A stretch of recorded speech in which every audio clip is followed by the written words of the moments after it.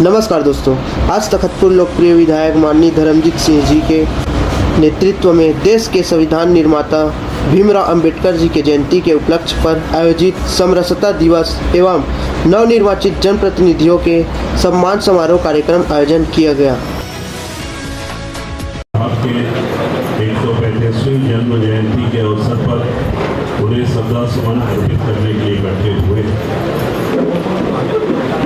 बाबा साहब अम्बेडकर ने हमारे देश का संविधान बना करके भारत के 140 करोड़ लोगों को एक अमूल्य उपहार दिया है और जिसके बदौलत हम सब आज अपनी जिंदगी के सभी अवसरों पर बिना किसी भेदभाव, बिना किसी पक्षपात के अपने कर्तव्यों का निर्वहन कर रहे हैं और अपने अधिकारों को प्राप्त करने का काम कर रहे हैं।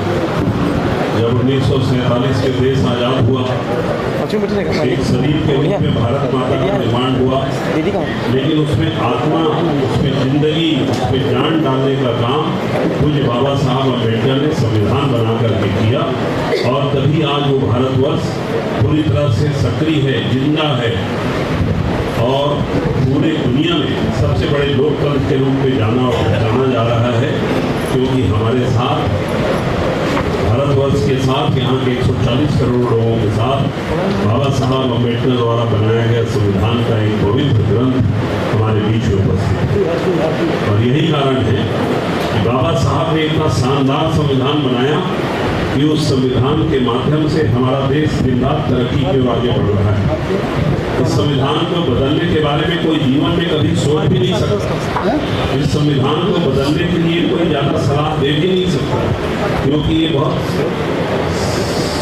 जाना पहचाना परखा संविधान है और इस संविधान को प्रधानमंत्री से लेकर के हम सब अपने माथे पर रख करके उसके आगे में शीश नवाते हैं और वो शीश बाबा साहब अम्बेडकर के सामने नवाते हैं कि उन्होंने हमारे देश के गरीबों, बेबस लाचार लोगों को अधिकार दिया और उनके अधिकार के कारण आज सब समाज में आगे बढ़ने, नौकरी पाने, पढ़ने, लिखने, अपने धर्म की पूजा अर्चना करने का सबका अधिकार बाबा साहब ने दिया है। हमारे साथ ही आजाद हुए पाकिस्तान का क्या हाल? वहाँ का संविधान ही इतना खराब है कि वहाँ हर दिन आए दिन सेना कब्जा कर देती है। न वहाँ किसी की आवाज़ है, न कोई वकील है, न कोई दलील है, न कोई अपील है और वहाँ पर सिर्फ सेना का ही फरमान जारी होता है। बांग्लादेश जो हम 1971 में जिसको आज़ाद करके हमने उसको टुकड़ों में दिया, गिफ्ट में दिया, वो बांग्लादेश भी धार्मिक उन्माद में ग्रस्त होकर के वहाँ पर धर्मांधता का दौर चला रहे हैं। वहाँ पर भी कोई संविधान नहीं। नेपाल में क्या है? वहाँ पर भी संविधान नहीं है। वहाँ पर भी जो संविधान है वो बहुत लचर और कमजोर संविधान है। चीन में, हमारे पड़ोस में चीन है, वहाँ पर भी कोई संविधान नहीं है। और जब यहाँ पर कोई संविधान नहीं है, दूसरी तरफ हमारे हिंदुस्तान में बाबा साहब ने जो संविधान दिया है वही हमारे लोकतंत्र को सम्मान पूरी दुनिया में दिला रहा है। हमारे गरीब लोगों को उनका हक और हुकूक देने का काम बाबा साहब अम्बेडकर का संविधान कर रहा है। इसलिए आज हम अपनी पार्टी की ओर से पूज्य बाबा साहब जी के चरणों में श्रद्धासुमन अर्पित करने के लिए इकट्ठे हुए। और आज ही के दिन संविधान में प्रदत्त अधिकार और प्रावधान के कारण हमारे जो जनपद, जिला पंचायत पार्षद सब जो चुनाव जीत करके यहाँ पर आए हैं, आज हम उनका सम्मान करके बाबा साहब के संविधान का ही सम्मान एक प्रकार से करना चाहते हैं।